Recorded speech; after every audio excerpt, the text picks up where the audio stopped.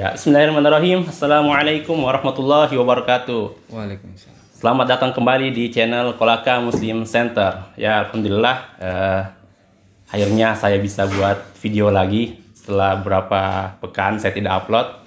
Dan alhamdulillah kali ini saya tidak podcast ya. Iya. Kita dengan suasana baru, yaitu kita ada di Majelis Matbah Coffee. BTW Majelis Matbah Coffee ini ya disponsori oleh Matbah Coffee langsung. The coffee nikmat, nggak bikin ngantuk ya. Mantap ya. Jadi buat teman-teman yang mungkin penikmat kopi atau mau memesan kopi ya, bisa menghubungi Matbah Coffee langsung. Nanti kami siapkan juga di link deskripsi di channel ini ya. Di Majelis Matbah ini kita akan bahas sesuatu yang viral ya. Tapi ngomong dulu, saya kenalkan dulu ini. Teman saya namanya Sakir ya. Iya. Beliau ini adalah owner dari Coffee Kir ya. Yang sebelumnya kita sudah upload videonya itu ya. Itu bagaimana tuh video menurutnya? Video yang antum buat kemarin itu dia kategori manual brew V60. Iya. Maksudnya ntar dikoreksi. Bagus, mantap. Bagus ya, mantap. Iya. Ya. Jadi itu kami juga buat iklan seperti itu. Jadi kalau teman-teman juga yang mau dibuatkan iklan ya bisa juga ya hubungi kami. Langsung saja ke KMC Studio. Memang masih banyak kekurangan, kami tahu banyak kekurangan, tapi insya Allah kedepannya kami akan belajar terus. Ya, kita akan bahas tentang ini kayaknya bagus apa? Kasusnya Novel Baswedan yang sudah tertangkap pelaku penyiraman air kerasnya dan cuma dihukum 1 tahun. Bagaimana ini? Jangan, kita bahas yang lain saja kayaknya. Kenapa? Karena takutnya ke depannya kita yang jadi sasaran atau bagaimana kan? Nanti kita kasus narkoba di. Nanti kita dikasih cari-carikan masalah apa, masalahnya kita sudah banyak masalah ini. Ya. Oh ya, ngomong-ngomong tadi pagi nih saya dapat berita di WhatsApp ada yang kirim. Ini beritanya tentang film SpongeBob yang katanya dari Nickelodeon, ini kan diproduksi oleh Nickelodeon. Iya. Ya, Nickelodeonnya langsung itu mengatakan bahwasannya film SpongeBob ini memang mendukung atau bahkan ikut merayakan hari paradise-nya para kaum LGBT. Kan setahu saya dulu waktu kecil nonton SpongeBob itu nonton biasa saja, kayak enggak pernah kepikiran bilang ada pesan. Iya, ada pesan lain. Padahal hanya sebuah padahal kan nonton kartun. Spons cuci piring yang warna kuning. Iya, kayak film kartun biasa, hiburan saja, hiburan semata. Cuman katanya dari pihak Nickelodeonnya langsung ini mengakui itu bahwasannya memang SpongeBob itu pesannya memang di situ ada unsur gayanya. Saya tidak tahu di bagian mana, karena memang pernah saya lihat ada satu episode itu di mana SpongeBob itu jadi kayak semacam istri dan Patrick jadi suami. Mereka rawat kayak bayi kerang kalau tidak salah itu hari. Kemudian ya pokoknya kayak menghadapi menjalani kehidupan. Film SpongeBob juga ada karakter-karakter yang mengarah ke antara tidak jelas dia antara laki-laki atau perempuan. Iya, cuman setahu saya SpongeBob kan kalau diperhatikan sekilas dia hanya kehidupan bawah laut.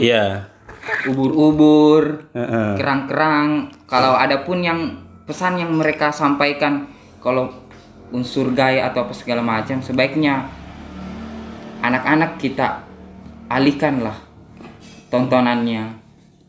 Iya, karena jujur itu saya waktu kecil termasuk suka nonton SpongeBob juga, karena ada jokes-jokesnya memang yang yang lucu toh. Iya. Bahkan saya bilang jokesnya ini memang lebih cocok ke orang dewasa daripada ke anak-anak kecil, yang banyak lebih dipahami orang dewasa daripada anak kecil. Makanya saya bilang sebenarnya SpongeBob ini sebenarnya kartun orang dewasa sebenarnya. Tapi karena memang di konsepnya kayak anak kecil akhirnya. Jadi di sini saya bacakan dulu sedikit beritanya. Jadi melalui CNN Indonesia katanya di situ. Jaringan televisi Nickelodeon baru-baru ini mengonfirmasi bahwa SpongeBob SquarePants merupakan bagian dari komunitas LGBTQ. Kemudian merayakan Pride dengan komunitas LGBTQ bulan ini dan pendukungnya bulan ini dan setiap bulannya, tulis jaringan itu di Twitter. Kemudian juga ya di sini ada, nanti kami terapkan juga ya gambarnya, bahwasanya di akun Twitter Nikolodian langsung itu mereka memposting itu bahwasanya mereka mengikuti ikut merayakan selebrasi turut dari andil lah. turut andil ya dalam jadi maksudnya sejauh apa antum tuh kalau nonton kartun itu sejauh mana film kartun itu bisa mempengaruhi pikiran kita atau kehidupan kita? Karena sebenarnya begini, ketika kita melihat suatu tontonan atau sebuah kartun, pasti kita akan meniru apa yang ada di dalamnya. Contoh, pada saat kita dulu waktu masih kecil, kita sering nonton Power Rangers. Terus ngumpul teman-teman bilang, oh saya yang Power Rangers kuning nah, saya yang Power Rangers hitam nah, begitu. Tapi kalau sekarang, kalau misalnya SpongeBob dengan tontonan kemudian ada pesan-pesan gayanya apa segala macam, kayaknya harus ditinggalkan. Walaupun dia hanya sebuah dunia bawah laut, kita juga tidak tahu ada pesan apa yang disampaikan dari sebuah film itu. Sebagai bentuk kehati-hatian takutnya anak kita melihat itu kemudian dia menganggap hal biasa kalau sesama jenis begitu boleh apa. Iya, kayak waktu kita masih kecil dulu kita kan sering nonton Power Rangers, terus kemudian Tamiya.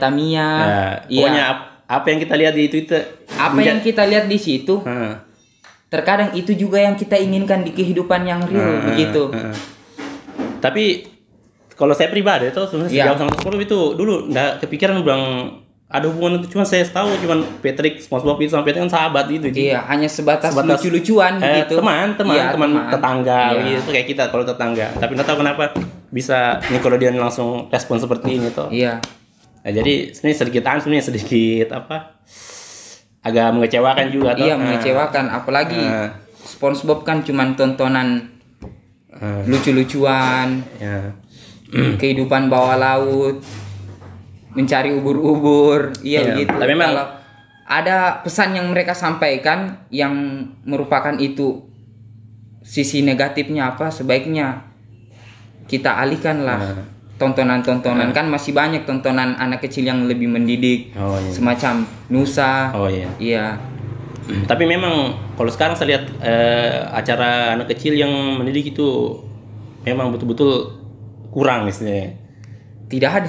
Iya, hampir tidak ada. Iya. Jadi memang karena sekelas Upin Ipin saja ada karakter. Ada karakter kemarin yang sempat ada sempat kemarin yang masalah visi itu. Iya, yang Upin Ipin pun yang kita tahu dari negeri jiran Malaysia. Iya, yang Islamnya kalau mau dibilang Islam lah, tapi kenapa tontonannya seakan-akan apa yang ditampilkan di media itu sesuatu ada yang disetting, entah itu ada sisi negatifnya. Sesuatu yang negatif tapi dianggap positif di film itu. Begitu. Kemudian juga kemarin juga sempat kan ada yang posting di Facebook juga itu. Masalah game PUBG PUBG itu yang ada, saya lihat di situ ada bagian di mana si pemain ini menyembah kayak patung kemudian dia dapat senjata dan mendapatkan kekuatan. Terus sampai dibahas juga sama ulama-ulama di Saudi, kata bahwasanya game ini merusak akidah karena banyak unsur kesyirikan gitu. Apalagi game PUBG didominasi sama ABG yang muda sekarang. Itu takutnya mereka berhalusinasi dari sebuah senjata kemudian Pernah saya dengar itu pesan tersembunyi itu apa sih yang kayak di film-film itu? Saya lupa itu istilahnya itu, yang dia secara tidak langsung. Iya, secara tidak langsung. Kalau menurut memang di awal-awal kita tidak sadar dengan itu, tapi karena sering diulang, akhirnya tertanam. Tertanam di kepala gitu. Karena memang dia masuk di bagian otak kerja belakang. Oh, gitu. Iya. Kalau saya dulu pernah tahu yang namanya pesan tersembunyi ini melalui musik. Kalau musik-musik Illuminati itu mereka selalu menyiapkan pesan-pesan tersembunyi di semua musiknya. Oh begitu. Iya, ada pesan-pesan tersembunyi yang secara tidak langsung masuk. Ada lirik-lirik. Iya, ada lirik yang mengisyaratkan. Iya, mengisyaratkan. Kayak dulu kan ada lagunya itu Radioaktif. Setelah diedit apa segala macam, ada pesan tersembunyi. Yang pesan ini memang tidak nampak, cuman dia ini masuk di otak. Oh begitu. Iya, bagian otak belakang dia yang kerja secara tidak langsung pesannya. Pesan yang disampaikan dari lagu ini masuk. Iya, jadi apa namanya? Musik itu lihat dulu lah, maksudnya sebelum kita memilih apa yang kita mau nonton atau yang kita dengar, sebaiknya kita cari tahu dulu apa tujuan dari ini. Misalnya kalau kita mau dengar musik lagu apa, kita lihat dulu liriknya, apa yang mereka sampaikan di dalamnya. Takutnya ada pesan-pesan yang tersembunyi ini. Oh, iya.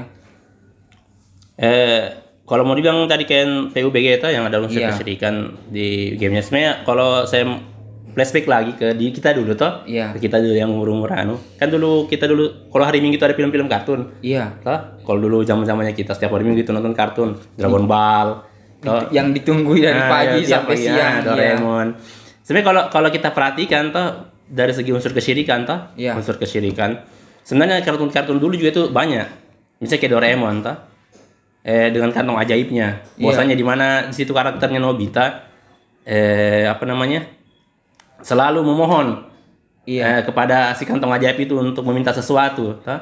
Mensadarkan diri pada kantong ajaib itu, bahwasanya semua masalahnya Nobita ini terselesaikan ketika ada kantong ajaibnya Doraemon. Tapi dari Doraemon ini sendiri saya lihat sempat si pembuat cerita toh sempat dia patahkan itu ketika alat-alat yang dipakai Nobita dalam menyelesaikan masalah itu sebenarnya justru bikin kacau di akhir ceritanya biasa. Langsung kayak kenapa malah jadi berantakan ini? Harusnya kan menyelesaikan semua masalah, tapi ketika dia pakai itu alat justru makin banyak masalahnya. Iya betul. Nah gitu. Jadi mesti anggap lagi Nobita nilainya selalu jelek. Toh ketika dia mau bagus nilainya, dia minta alat sama Doraemon. Di situ kan ada unsur bahwasanya Nobita selalu memohon ke situ. Tapi sebanyak apapun alat yang dia pakai si Nobita ini, tetap tidak pernah bagus nilainya selama dia tidak belajar. Malah ambiar gitu. Itu ada unsur kesyirikan tapi dipatahkan langsung sama si pembuat cerita toh. Terus ini juga yang Dragon Ball. Toh yang Dragon Ball Goku, Son Goku yang mereka itu mengumpulkan 7 bola naga untuk menghadirkan si naga itu dan meminta permohonan. Nah, itu juga ada unsur kesyirikan di situ.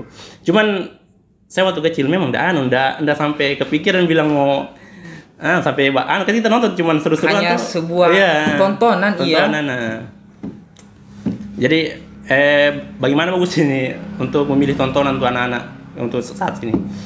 Kalau tontonan sekarang saya sarankan mending kayaknya cuman YouTube, Nusa. Tapi bisa kemarin kan juga Nusa katanya menurut yang pembuat si Nusa ini mau ditayangkan di TV.